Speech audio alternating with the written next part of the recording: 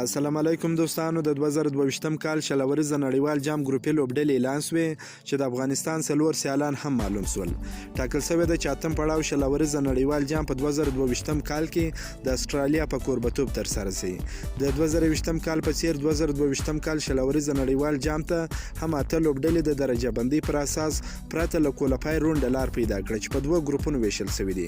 په لومړي ګروپ کې استرالیا، پاکستان، نیوزیلند او انګلستان لوبډلې شتون لري.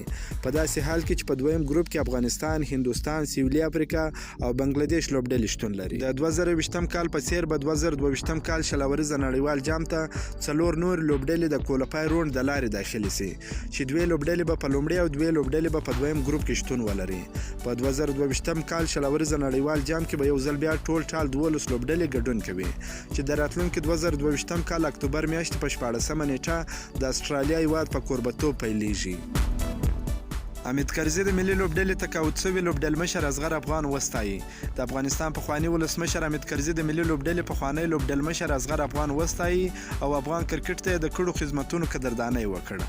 اصغر افغان د 2020م کال شلوريزه نړیوال جام پر مهال په داسې حال کې استعفا وکړه چې افغان لوبډلې د پاکستان پر وړاندې ماتې وخوړه او په ټولنیزو رسنیو کې پر هغه نیوکې ډېرې شوې. پر ټولنیزو رسنیو د افغان کرکټ مینوالو پر اصغر افغان نیوکې وکړې چې نوموړی له ډېر وخت راهیسې په ملي لوبډله کې لوبېږي خو کومه د پام وړ لاسته راوړنه نه لري او د یو ځوان ځای نیولی دی.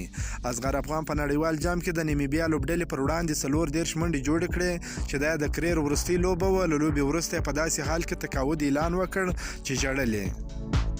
اوس د افغانستان پخواني ولسمشر اصغر افغان ته په ستاینه کې هغه ته ستاینلیک ورکړی او کرکټ ته کړي خدمتونه قدرداني کړي دي. کوم دا ویډیو خوښه شوی ویډیو در سره لایک کړئ، که په دې چینل کې نوی یاست د چینل هم در سره سبسکرایب کړئ. د نور تازه معلوماتو لپاره هم زموږ سره اوسئ. تر بلې ویډیو پورې د الله په امان.